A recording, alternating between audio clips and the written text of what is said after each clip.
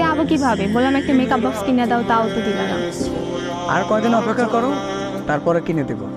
কিরে, তোর মন টন খারাপ নাকি?